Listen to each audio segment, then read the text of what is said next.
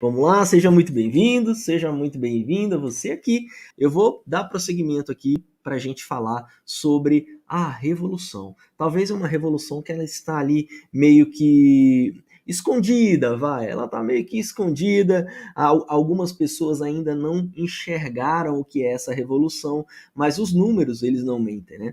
Os números eles são muito claros quando eles mostram para a gente o que está acontecendo aqui, né, debaixo dos nossos narizes, e que muitas vezes a gente não está dando aquele grau de importância, né? Então, olha só, o que eu trouxe para você aqui, cara? Presta atenção, olha só. Aqui eu vou compartilhar contigo um infográfico aqui se não me engano, foi da galera da Gartner e da Domo, que compartilhou o que acontece em um minuto durante o dia. O que está acontecendo em um minuto durante o dia? Essa parada que eu trouxe aqui, ela inclusive é de 2020, então você acrescenta aí um pouco dos números que a gente vai conversar aqui, tá bom? Só para você sacar de qual é, né? Olha só, durante os próximos 6 minutinhos, que é o tempo que eu imagino que a gente vai falar sobre esse infográfico, né? Para a gente bater um papo sobre essa imagem aqui, o mundo vai ter gerado 9.000 terabytes de dados. Sabe o que isso significa, cientista de dados? Olha só, vamos trazer alguns exemplos aqui só para entrar na tua cabeça o que isso tudo significa. Mais de 2 milhões de stories foram publicados, serão publicados nesses próximos 6 minutos. 1.200.000 pessoas vão estar em conferência no Zoom. Inclusive o Zoom, se você não conhece, é uma ferramenta de reuniões também, né? Eu utilizo, inclusive, com os meus alunos, o Zoom, uma ferramenta mais profissional do que o próprio o YouTube, né? O YouTube é mais para subir vídeo, o Zoom é profissional, para ter uma interação um pouco maior. É tipo uma janela, né? Você tá aqui, bate papo com a galera aí que está espalhado pelo mundo, tá bom? 1,2 milhão de pessoas, 1.200.000 pessoas entrarão em conferência no Zoom. 400.000 aplicações de vagas de emprego serão feitas no LinkedIn. Tem noção? 400.000. A gente tem aqui, sei lá, 200.000 pessoas, né? Então eu estou falando aqui sei lá, 2%, né? 2% da população. Eu sou ruim aqui de cabeça, né? Bora usar a calculadora, vai. 200 milhões. 200 milhões vezes 0,002 é isso mesmo, 0,02% da população brasileira, né, em números, vão aplicar para uma vaga de emprego no LinkedIn. 250 milhões de mensagens serão trocadas no WhatsApp, metade disso aqui só no grupo da minha família. Vai vendo, né? É dado demais, cientista de dados, que está sendo gerado nesse momento. Olha só, eu trouxe mais alguns números aqui só para você ter uma perspectiva ali mais voltada para os tipos desses dados, né? Então a gente vê, eu estou falando de todos os tipos de dados. Hoje, os dados que mais trafegam na web, é claro, são vídeo, imagens, né? Eles são mais densos, digamos assim, né? São maiores. Então, se você fosse somar aí, né, todos os dados e fosse dar um peso, o vídeo, é lógico, ele ocupa ali um espaço muito maior. É já a realidade. Então, o que a gente está vendo aqui, ó? 404.000 usuários do Netflix, ou melhor, os usuários do Netflix terão assistido 404.000 horas de vídeo. Ó, a gente está falando nos próximos 6 minutos, 404.444 horas de vídeo serão assistidas no Netflix. Vai vendo a perspectiva aí. O Instagram, os usuários vão postar 347.222 stories. Cara, olha, a gente tá falando de 6 minutos. Imagina o tanto de stories. 347.222 stories nesses próximos 6 minutos. Os usuários do YouTube terão assistido 500 horas de vídeo. Olha que louco. O Twitter ganhará 319 usuários nos próximos 6 minutos, né? Os consumidores irão gastar 1 milhão ali online fazendo as suas compras, fazendo seu e-commerce. Então, cientista de dados, fora, né? E aqui eu deixo essa imagem aqui para você, vou compartilhar isso aqui para você guardar no seu material depois, no nosso canal no Telegram, mas vai vendo o tanto de dado que é gerado aí, né, diariamente, e a parada só aumenta a cada dia, tanto pela quantidade de pessoas que têm acesso à web, né, quanto pelo volume mesmo que a gente está produzindo, né, e está consumindo no dia a dia. Então, enfim, há uma abundância, há uma revolução muito grande acontecendo e é uma revolução na qual a gente está vendo aqui um insumo muito importante para as decisões econômicas, para as decisões políticas, para as decisões estratégicas das empresas serem tomadas, né? A gente tem aqui um insumo gigantesco e não é à toa que eu não sei se você está acompanhando aí a compra do Twitter, né, pelo Elon Musk. Ele fazendo análise da empresa, né, descobriu que poderia haver ali cerca de dos 300 milhões de usuários do Twitter, 100 milhões ser bot, né, ser robô. E aí ele falou, pô, peraí, né, esses robôs não são monetizáveis, né, porque como que o Twitter monetiza a sua rede, né, a sua infraestrutura? Ela faz anúncio, né, assim como o Facebook. Então, como é que vai monetizar, né, os usuários, né? 100 milhões de robôs, né? Então, enfim, vai faltar aí gente para mostrar os anúncios, né? Vai ter muito robô. Então, tá parado ali, né? Ele pediu ali para interromper por enquanto, pelo menos até onde eu tinha visto, ele pediu para interromper por enquanto as negociações, que afinal de contas ele é trilionário, mas, né, são 40 bilhões de dólares, né? Essa empresa é grana para dedéu, né? Então, a gente vê aqui uma quantidade de dados, e são os mais diversos tipos, né? Desde vídeo, desde imagem, até áudio, compras, né? O que mais aqui que a gente pode ver? Mensagens normais, texto, né? Fotos, enfim, cientista de dados. Há uma abundância muito grande de dados. E isso a gente está falando aqui, olha só que outro gráfico bem interessante. A gente está falando aqui que em 2016 a gente tinha 3 bilhões de pessoas na web. Em 2018 já era 4,3, 2020 4,5. Agora nós estamos em 2022, sei lá, deve estar beirando aí os 5 bilhões ou mais de pessoas conectadas na web, dos 7 bilhões de pessoas que temos no planeta Terra. Então, há uma abundância muito grande. E por que eu estou falando isso, cientista de dados? Não é à toa, é óbvio. Por quê? Porque eu quero mostrar para você onde que entra você nessa parada toda, né? Você que está afim de entrar nesse mundo da ciência de dados. É que há uma oportunidade muito grande. Tem muitos dados, tem fonte de informação. Imagina aí, eu venho do mercado financeiro, né? Trabalhei, sei lá, 20 anos, aproximadamente 20 anos no mercado financeiro. E só no Banco do Brasil, 16 anos, né?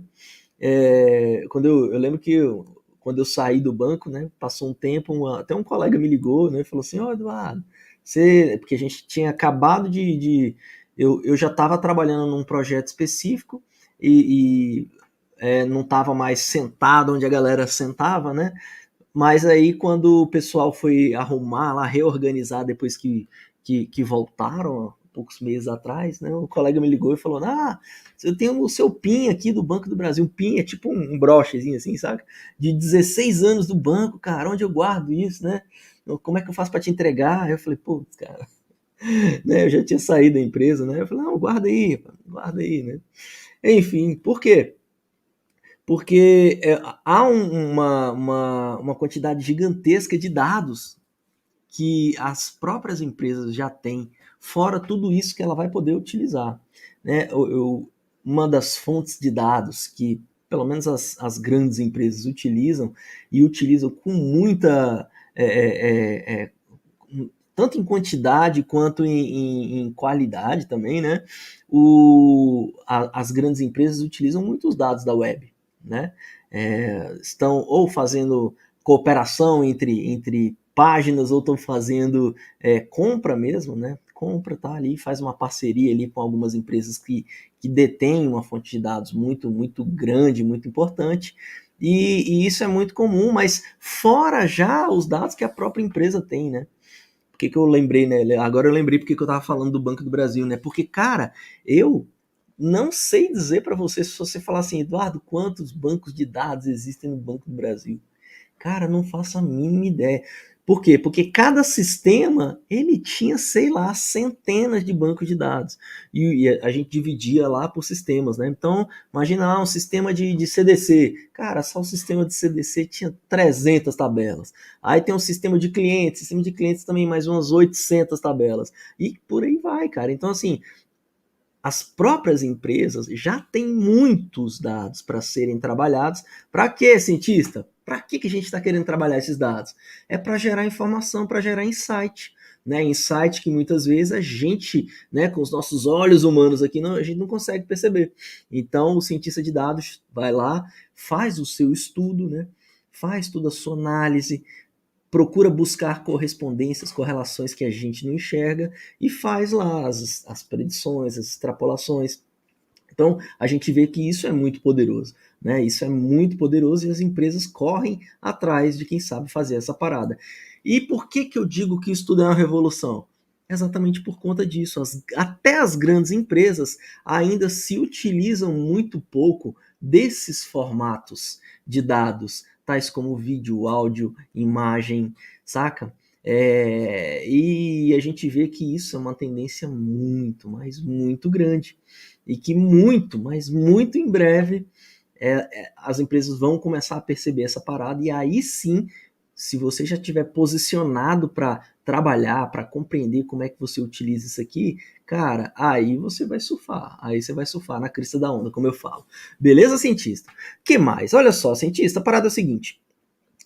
Toda vez que eu vou realizar a jornada, eu bato um papo contigo para saber exatamente qual é o seu momento atual na ciência de dados, né? Por quê? Porque cada um tem um time diferenciado, cada um tem uma aspiração e uma necessidade diferenciada ao se buscar ali soluções para aprender ciência de dados, para entrar no mercado de trabalho, para compreender, né, aprender do zero, formas de aprender de uma forma mais otimizada para fazer a transição de carreira.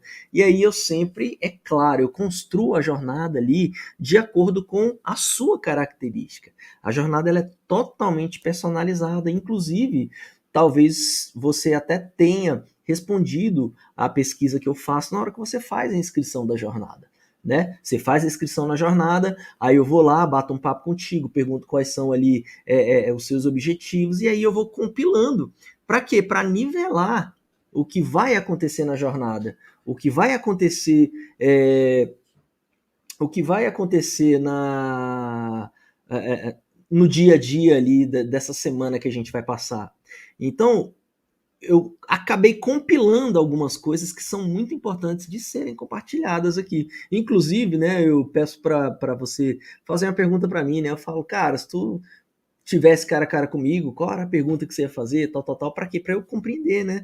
É exatamente mais um desejo ali. E eu compilo todas essas informações, depois eu vou fazer um outro vídeo, um bate-papo, onde eu vou responder cada uma dessas perguntas. Beleza? Então bora pra frente. A parada é a seguinte, cara, olha só. O que eu compilei nesse bate-papo aqui que a gente fez durante esse período aqui de aquecimento? Eu compilei um negócio muito interessante que eu coloquei o nome aqui de 10 desejos do futuro cientista de dados. Vê se você não se enquadra em alguns desses desejos aí. Primeiro é óbvio, né? Você está querendo trabalhar como cientista de dados. Na verdade, se você está começando a sua carreira agora, o seu desejo é trabalhar com dados, né? Trabalhar como cientista de dados talvez vai ser decorrência, né, do próprio conhecimento que você tem, mas você pode começar como analista de dados, enfim, há uma necessidade de conhecimentos que você vai aprender no dia a dia, e por isso que eu não gosto muito assim de dar um nome ao cargo que você vai exercer já de cara, entende? Exatamente por isso, porque geralmente você vai trabalhar com o que você sabe, e dependendo, tem empresa e empresa, tem nomes e nomes de cargos, e o meu foco é tentar mostrar para você o que você precisa aprender para trabalhar com a ciência de dados, tá bom? Então, é lógico, o primeiro ali, ser cientista de dados. Ser reconhecido na empresa ali como o cara dos dados, né? Pô, a empresa já está... Para esse tipo de coisa aqui, é para a empresa que já está trabalhando com dados já há algum tempo, né? Então, o cara sentiu a necessidade de ser referência ali quando o assunto é análise de dados, enfim, manipulação de dados, se sentir disputado, valorizado profissionalmente, quer ter conhecimento para manter a empregabilidade. Tá aqui uma parada muito louca, porque cada vez mais a gente vê a automação crescendo nas empresas, né? Eu gosto até de contar uma história que um dos iodas lá da comunidade CDP, né, dos meus alunos, partilhou uma atividade que ele fez, né, enfim, um projeto que ele construiu, uma seguradora, se eu não me engano, eu não lembro exatamente onde era, na qual ele tinha misturado ali um pouco da ciência de dados com RPA e ele conseguiu ali acelerar a atividade fim ali da seguradora. Vou dar um exemplo aqui para você tentar entender. Imagina que para conceder um seguro, ele necessitasse de 15 minutos ali, né, de pessoal, enfim, de autorizações, toda aquela parte mais burocrática. E com o trabalho de automação que ele fez, juntando a ciência de dados, esse tempo foi reduzido para 15 segundos, né? Então você olha para uma empresa que tem ali uma estrutura, né, de pessoas para fazer várias coisas, inclusive várias coisas burocráticas. Não pense que isso não aconteça em empresa grande, porque em empresa grande também acontece essa parada, acredita, cientista? Também tem muita burocracia. E aí, o que está acontecendo, né, nesse ponto é que o cara que está aprendendo a trabalhar com dados, ele está mantendo a empregabilidade dele, ele não está se tornando ali um cara que ele é facilmente dispensável, né? Por quê? Porque, pô, esse cara detém um conhecimento que é o conhecimento é o hype da parada, né? Toda empresa agora praticamente está criando um cargo ou percebeu a necessidade de se ter um cientista de dados. Então, isso é muito claro, né? O conhecimento para manter a empregabilidade, né? Então, a pessoa já despertou para essa parada, né? Essa é uma das características. Às vezes o cara tá lá já há algum tempo e aí ele quer ser promovido, né? Então, eu vi muitos casos aqui de, por exemplo, perder uma promoção, né? Por não conhecer a ciência de dados, tá? Então, e isso, assim, ficar bem claro mesmo com essas palavras de, olha, se tivesse esse conhecimento seria promovido. Olha que louco isso, né?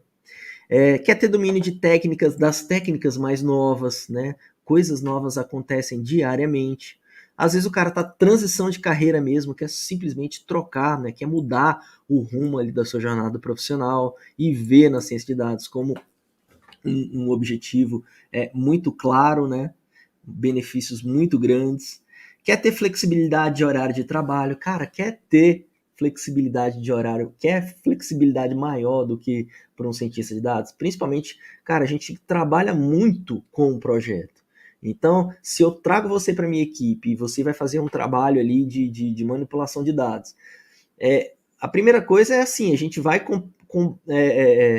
fazer um bem bolado ali, vamos combinar uma data e, cara, se você vai fazer de madrugada, se você vai, isso para mim pouco importa, saca? Então, assim, isso é flexibilidade de trabalho. Se você fizesse isso aqui em 1 hora, mas a gente combinou 3 dias, porra, tu ganhou 2 dias de folga, 2 dias, mais de 2 dias de folga.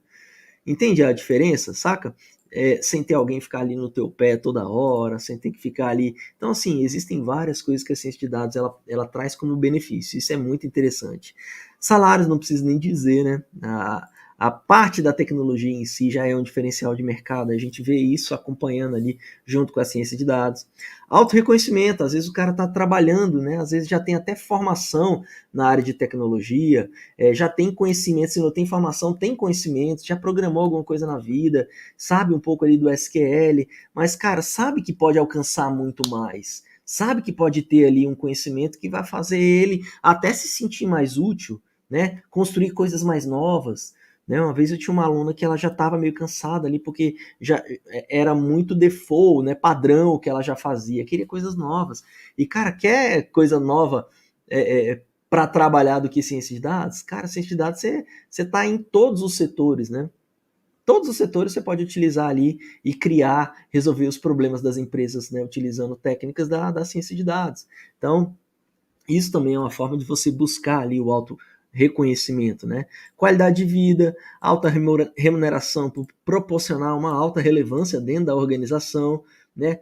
Sempre tive o desejo de ser muito importante dentro da empresa, então tá aí, ó, mais uma parada que é na qual a gente vê, né, que isso é um sentimento nosso mesmo, né? A gente quer ser melhor, a gente quer ser uma pessoa de referência, né?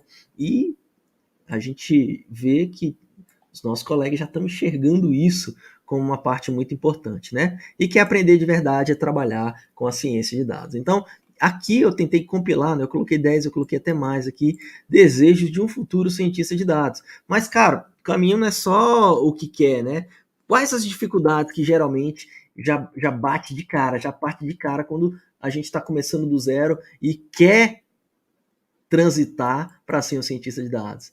Cara, você está passando por alguns momentos ali nas quais essas dificuldades elas podem ser a sua também, né? Então, cara, tá com medo de perder o emprego, por quê? Exatamente por conta disso, de ver a automação acontecendo e ver o progresso tecnológico acontecendo e tá se sentindo meio para trás, saca? Parece que não está acompanhando. Então, geralmente essa é uma grande dificuldade de quem está tendo essa aspiração por trabalhar com a ciência de dados, né? É normal também. Tem medo de ficar desatualizado e se tornar irrelevante na instituição, é claro, né? Isso também é muito normal. Tá vendo ali as coisas acontecendo, tá vendo ali que a galera que tá sendo promovido, que está sendo ali, é a galera que conhece o que é a ciência de dados e onde ela está afetando os processos dentro da empresa. Então, tem medo de ficar para escanteio, de não ser promovido, de já ser preterido porque já sabe manipular dados, não sabe por onde começar, não está evoluindo na carreira, não tem um planejamento. Também tem esses casos aqui, que também é outro caso muito comum da galera que está em transição, né? Está insatisfeito com a profissão atual, ou está enjoado do trabalho atual, não tem liberdade. Então, assim, a gente vê várias dificuldades que, na verdade, aqui são dores, né? São dores normais que a gente passa quando a gente está no momento de desalento, né? Sem um guia, sem um norte. E isso é muito normal, e por isso que eu dou um foco muito grande nisso aqui, quando eu estou ali compartilhando esse conhecimento contigo, tentando mostrar para você quais são os passos que você deve seguir para não sentir essa parada aqui, porque é difícil. Também já passei por muitas das coisas que estão elencadas aqui como dores e dificuldades, beleza? Aqui eu queria falar sobre alguns obstáculos, né? Você está aspirando, né? Você é um aspira aí, né? De cientista de dados. Cara, vai bater essa também, Eduardo, nunca programei na vida. É claro que com o método, né, um baby step da vida, tu vai conseguir aprender o básico da programação. Ah, não tenho tempo. Cara, não tem tempo, isso é normal. Ninguém tem tempo, né? Todo mundo tem as mesmas 24 horas, ninguém tem tempo. Mas isso é uma questão de prioridade também. A gente vai acabar dividindo o nosso tempo, se for pra gente prioridade aprender essa parada e conquistar o emprego que eu quero e o salário que eu quero. Então, tudo é questão de prioridade. Isso aqui, todos têm. Isso aqui é comum da grande maioria, tá? Ah, não sei se consigo aprender, que mais? Sou muito novo ou sou muito velho, sabe? Tem muito disso, acredita, cientista? Então, assim, será que eu consigo fazer? Já estou muito velho, já tenho 40 anos, pô, tá de sacanagem, né? Pô, já tenho, né? Você tá em menos da metade da vida, né? Então, assim, é uma questão de também ter essa autoconfiança de que vai conseguir aprender essa parada, né? Tem que pelo menos fazer valer, né? Entregar ali o seu 100% para mandar ver e fazer essa parada acontecer. Conteúdo é muito técnico, Eduardo. Depende da forma como você aprende essa parada. Depende da forma como é passada para você, saca? Porque muitas vezes há uma complexidade que ela é desnecessária, saca? Há um tecniquez que é desnecessário. Às vezes o que é importante é mostrar como faz, o porquê que fazer aquilo é importante, saca? Então, assim, tudo isso, cientista, faz toda a diferença na hora que você está ali fazendo a sua jornada para a ciência de dados. Eduardo, eu não sou formado na área. Essa aqui é uma das que no início, né, bem no início, quando eu estava começando, era uma das grandes, né? Hoje em dia não, hoje em dia está muito mais claro, né? E a gente até falou sobre isso aqui ontem, né? Que não há exigência de formação específica que a gente cobra, que a gente corre atrás, é o conhecimento, né? Para fazer o projeto que a gente precisa fazer, né? Ah, não sou formado na área. Eduardo, não sei como monetizar esse conhecimento. Putz, cara, isso aqui também é normal, né? Muitas vezes a gente tem um conhecimento massa e não sabe onde procurar o emprego, ou não sabe se aquilo você pode colocar para fazer um freela, onde encontrar projetos. Então, esse tipo de dúvida, quando a gente está fora do ambiente, realmente a gente tem, e isso é normal. Né? O fato é que tem N formas de você fazer isso aqui. Não sei o que eu preciso saber para conseguir um trabalho como cientista de dados, né? Às vezes olha a dúvida, né? Eu não sei nem o que eu preciso saber, né? E aqui é onde você pode correr o risco de ir para o YouTube e querer devorar o YouTube e ficar aí ter uma indigestão de dados, né? Olha aí, tem uma indigestão de dados. Por quê? Porque, cara, o YouTube tem muita coisa, tem vários níveis, tem vários perfis, né? Tem várias formas, tem vários enfoques. Então, se você realmente for engolindo moleque, às vezes isso aqui vai te dar uma indigestão. Então, tem que olhar isso aqui com parcimônia. Ah, investimento é muito alto, né? Eu tenho até um presidente, eu não sei se é um presidente americano, vai, eu não vou dizer se é um presidente, mas enfim, um desses, vou falar que é o Bruce Lee, né? O Bruce Lee falou assim, rapaz, se o investimento, né, em conhecimento é alto, imagina o investimento na ignorância, né? Rapaz, porque isso é a realidade, né, cientista? Pensa aí. Né? Se você acha que é caro investir em conhecimento, imagina a ignorância, né? Então a gente realmente, quando a gente olha para a nossa carreira, cara, você é que sabe qual o valor que você, né, tem que dar para a sua carreira, para o seu futuro profissional. Isso aqui realmente é uma coisa muito pessoal, né? Eu tenho medo de não conseguir terminar um treinamento. Tô falando isso aqui porque, assim, eu cheguei numa época, assim, né, que eu faço treinamentos, eu faço muitas mentorias, né? E às vezes, se eu falar para você aqui o quanto que eu investi na última mentoria, tu vai dar um pulo, saca? Porque tu vai falar assim, meu Deus, isso existe, saca? E assim, o fato é que o investimento em conhecimento, cientistas de dados, o retorno que aquilo vai te trazer é que você tem que saber fazer as contas, saca? Quanto que aquele conhecimento vai me trazer de retorno para eu investir nisso aqui? Né? Se você vai com a mente de, não, eu vou comprar, né? Aí quando você compra um objeto, você compra comida, você compra, aí vira gasto, né? Vira um gasto qualquer, não tem retorno. Aí é lógico, né? Se você ainda mais se você está passando por um momento de eu quero cortar gasto, Eduardo, né? Eu não vou. Então, assim, realmente você vai ter um pensamento que eu acredito, né? Vai ser errôneo. Então, por isso que eu gosto de conversar muito sobre isso. Eduardo, eu não consigo me ver nas oportunidades oferecidas. O mercado pede muito conhecimento no currículo. E isso é normal. Como a gente já falou, né? Lógico, se eu puder trazer aqui para mim startup, eu vou trazer o astronauta. Por quê? Porque se eu precisar ir para a Lua, astronauta eu já tenho, entendeu? Então eu vou pedir lá, cara. O cara vai ter que saber de tudo, né? Do Spark, do Java, enfim, vai pedir um bocado de coisa. É claro que na hora do vamos ver, eu quero saber o que você sabe, né? Onde você pode me ajudar. E isso é que é o mais importante, né? O mercado vai pedir muito mesmo, isso aqui você vai ver muito mesmo. Só toma cuidado para você não achar que isso vai sempre travar você, tá bom? Por quê? Porque isso não vai te travar. Não é isso que vai eliminar você, cientista de dados. Não é o conhecimento que você acha que está faltando que você não tem. Né? Eu acredito que a primeira coisa que está podendo te eliminar aqui é exatamente esse pensamento, né? De achar que nunca tem o suficiente. Porque senão tu não vai fazer nada nunca, brother. Sabe por quê? Porque a gente sempre vai achar que nunca tá bom o suficiente. Entendeu de qual é? Tanto que a mentalidade é importante aqui, né? Nessa decisão aqui, né? E isso é muito verdade, beleza? Por fim, eu quero mostrar para você algumas oportunidades, cara, que a ciência de dados, ela dá pra gente aqui nesse momento atual, né? A primeira é que, putz, a ciência de dados ela é multidisciplinar. O que eu quero dizer com isso? Você aprende coisa pra caramba de várias ciências juntas e que te proporciona ali uma infinidade de ramos para você atuar, né? Você pode atuar na segurança, você pode atuar na saúde, você pode atuar no mercado financeiro, na educação, em política, vai. Nossa, você pode fazer o seu trabalho, né, com dados, independente de qual lugar. É multidisciplinar essa parada. Que mais, Eduardo? Olha só, a busca por profissional, essa é a oportunidade número um. A oportunidade número dois, a busca aumenta cada dia e você imagina o porquê. Né? A gente vai falar muito sobre isso na jornada e você vai ver isso com seus próprios olhos. Estamos vivendo um boom de dados, a gente acabou de ver, né? O que acontece em um minuto aí.